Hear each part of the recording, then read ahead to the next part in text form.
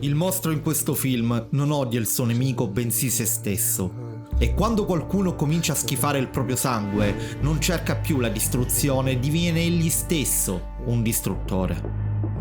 The Believer segue Danny Balint, un giovane ebreo intelligente e tormentato che finisce paradossalmente dentro l'ideologia neonazista, fino a trasformare il suo odio in una forma di autodistruzione. Dietro la provocazione, però, il film racconta qualcosa di molto più cupo. Danny è un uomo diviso in due identità, incapace di accettare se stesso, che usa l'estremismo come arma contro il proprio essere.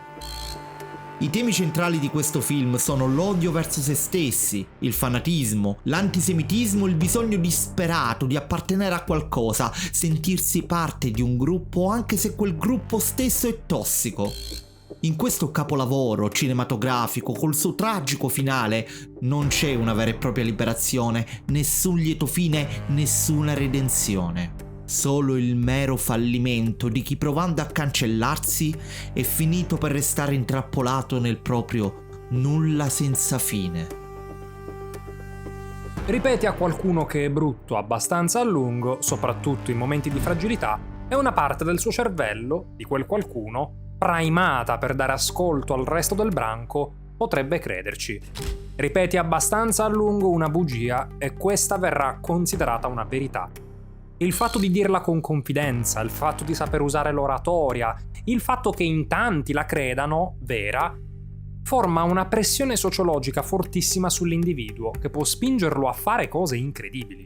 La pressione sociale, il desiderio di conformarsi e di obbedire alle autorità hanno storicamente spinto le persone ad essere crudeli con perfetti sconosciuti, a credere in menzogne o inventarsi dati falsi.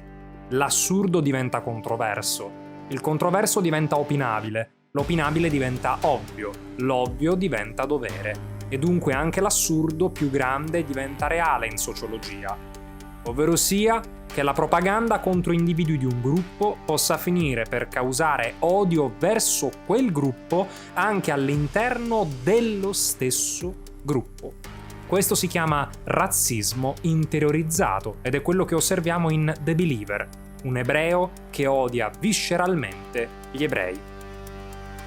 Un esempio storico ripetuto: durante la Seconda Guerra Mondiale sono esistiti ebrei nazionalsocialisti e ancora oggi in Israele la politica sionista di destra critica gli ebrei vittime dell'Olocausto, definendoli come deboli. O pensiamo ai poliziotti afroamericani che sparano più di frequente, anche a parità di reato, se il sospettato ha la pelle scura. Ma come fanno queste persone a convivere con pensieri di auto-odio?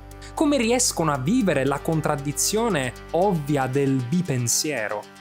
La risposta è generalmente quella dell'alienazione. La vittima di razzismo interiorizzato, così come ovviamente di omofobia interiorizzata, transfobia interiorizzata, islamofobia interiorizzata, qualsiasi altra forma di discriminazione può essere interiorizzata, ha una prima istanza: io appartengo ad una categoria. Questo porta ad una contraddizione. La categoria è percepita come brutta.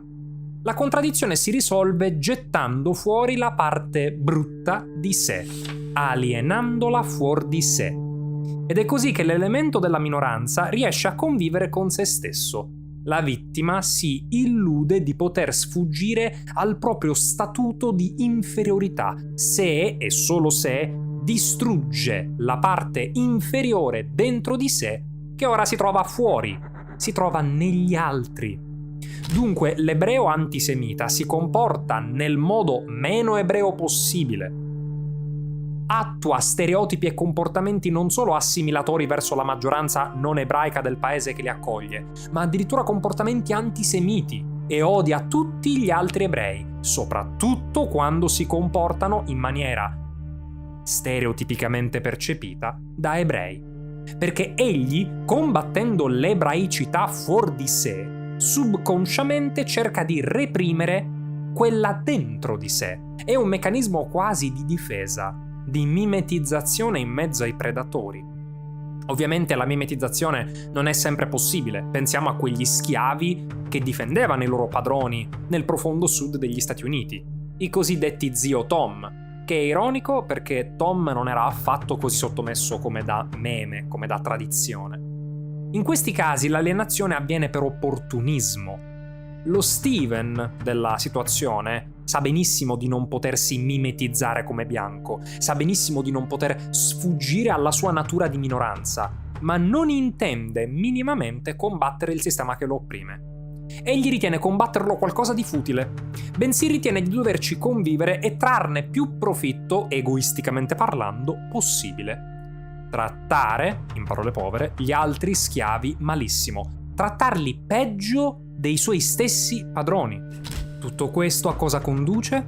Tutto questo conduce al fatto che lo Steven di turno è tollerato rispetto agli altri schiavi ed anzi è ritenuto l'utile idiota e dunque privilegiato dai suoi padroni, che lo trattano meglio per cercare di farne un esempio. Un sistema a piramide si basa sull'oppressione di chi sta sotto da parte di chi sta sopra, perché solo così chi sta sopra può estrarre lavoro e privilegi da chi sta sotto. Tale sistema può sopravvivere solo ed esclusivamente se hai qualcuno sotto di te da bastonare. Se c'è qualcuno che sta peggio di te, ti senti un pochino parte dei padroni, perché anche i padroni hanno a loro volta qualcuno sopra di loro, dei padroni, e di conseguenza essere padrone di qualcuno ma schiavo di qualcun altro, fino a che non sei vicino alla cima, va più o meno bene. E questo mal comune mezzo gaudio diventa tollerabile per alcuni. Di conseguenza è necessario che la sottoclasse più bassa di tutte, quella che non può fare altro che venire bastonata e non ha nessuno da bastonare, i paria, i fuoricasta, deve essere la meno numerosa, perché incapace di trarre profitto dal sistema è dunque quella che più tenderebbe a ribellarsi se avesse i numeri. Finché c'è un 1% di popolo che possono maltrattare, il 50% di popolo che è povero ma non è così miserabile da essere in quell'1%, da essere quei paria, può anche sopportare di venire calpestato, perché c'è qualcuno che sta a loro volta calpestando. Il razzismo interiorizzato è per tal motivo una brutta bestia, perché la vittima non pensa di esserne affetta. La vittima pensa di star ragionando in maniera equa. La vittima pensa che lo stereotipo sia vero. E quando fai notare alla vittima che fa parte della minoranza, la vittima risponde che lo stereotipo è sempre vero, semplicemente non per lei. Che lei è l'eccezione che conferma la regola. Il cigno bianco che non smentisce l'idea che tutti i cigni siano neri.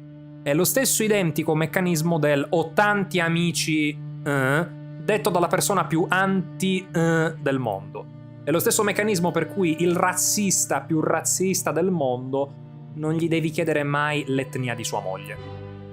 Mai. Una cosa che solo i grandi racconti sanno fare è quella di mettere in discussione la realtà. Potremmo spendere centinaia di migliaia di parole per descrivere questo film che, nel suo essere brillante, pone tutti noi davanti alla grande domanda: che cosa accade nel momento in cui disobbediamo alla lacaniana legge paterna? Ciao amici e amiche di Alkill, sono il vostro strizzacervelli di fiducia e oggi sono stato chiamato, insieme ai colleghi, a parlarvi di psicologia e cinema. Non vi voglio rubare molto spazio, piuttosto vorrei, al contrario, che voi questo spazio lo prendeste per riflettere. The Believer è un'opera che mette sotto il riflettore il concetto di legge paterna introdotta da Lacan nei suoi scritti. Brevissimo disclaimer per i colleghi lacanianofili là fuori.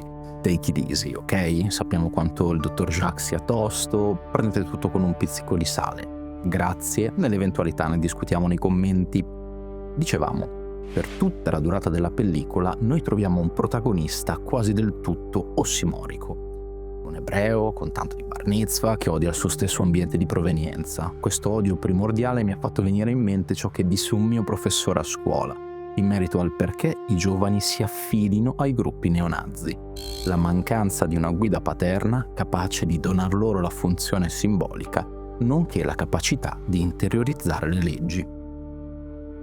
Badate bene, con il nome del padre noi non ci riferiamo alla figura paterna nel suo significato più stretto, ma vi guardiamo con un occhio un po' più orientato al sociale. Dunque non è il padre che di per sé dona questa capacità, ma ciò che il padre nella società rappresenta e da cosa egli è rappresentato. Tradotto in termini più semplice, un esempio sono le istituzioni, come la scuola, tanto per chiarire.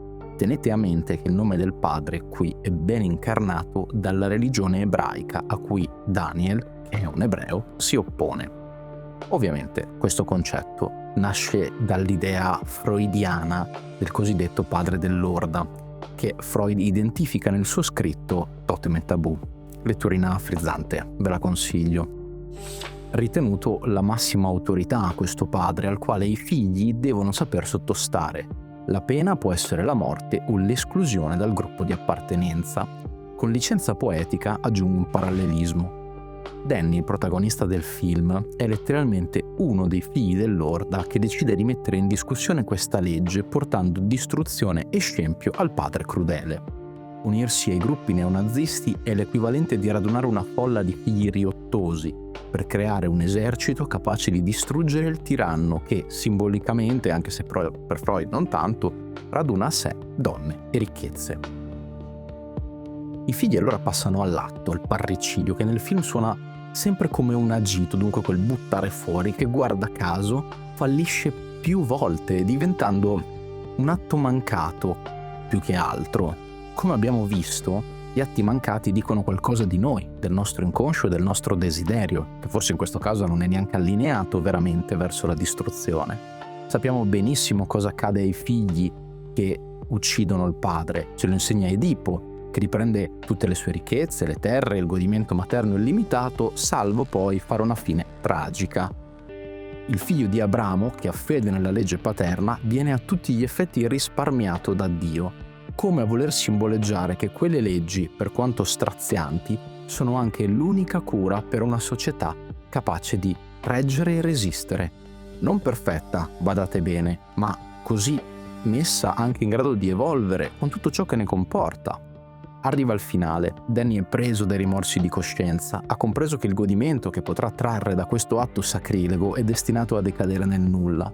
Spinge allora affinché ciò che di buono è rimasto dentro di lui possa sopperire a questa follia, facendo scappare tutti dalla sinagoga finché non rimarrà solo a salire una scalinata infinita.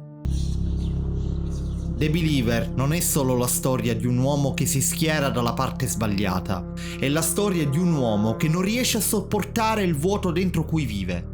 Danny Balint non odia soltanto gli ebrei, odia l'indeterminazione, odia il fatto che l'identità non gli si presenti come qualcosa di solido e semplice. Per questo cerca una risposta estrema, una forma di purezza assoluta, anche se quella purezza in realtà è puro veleno. In fondo il suo neonazismo non è una fuga dall'ebraismo, ma un modo malato per restarci incatenato.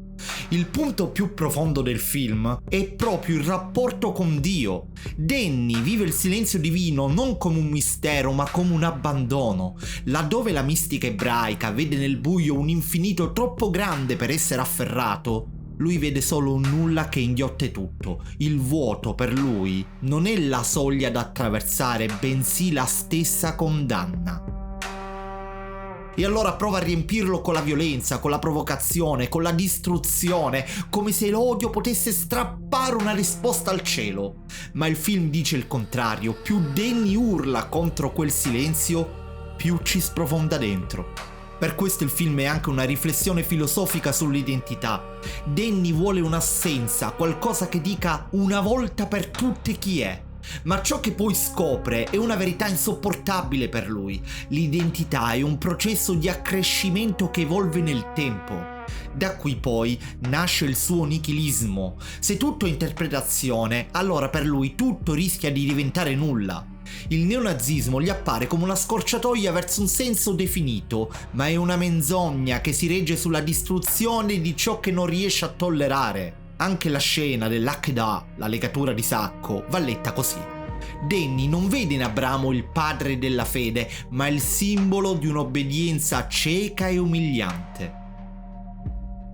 Il film ribalta la tradizione e trasforma la lotta con Dio in uno svilimento dell'uomo. Danny è un credente ferito, non un ateo, attenzione, uno che non riesce a smettere di guardare verso Dio, ma non riesce nemmeno ad accettarlo. E infatti il finale non chiude nulla. Lascia addosso l'idea di un uomo sospeso in un buio senza fine, dove il nulla non libera, ma divora infinitamente tutto. Ed è qui il vero cuore del film.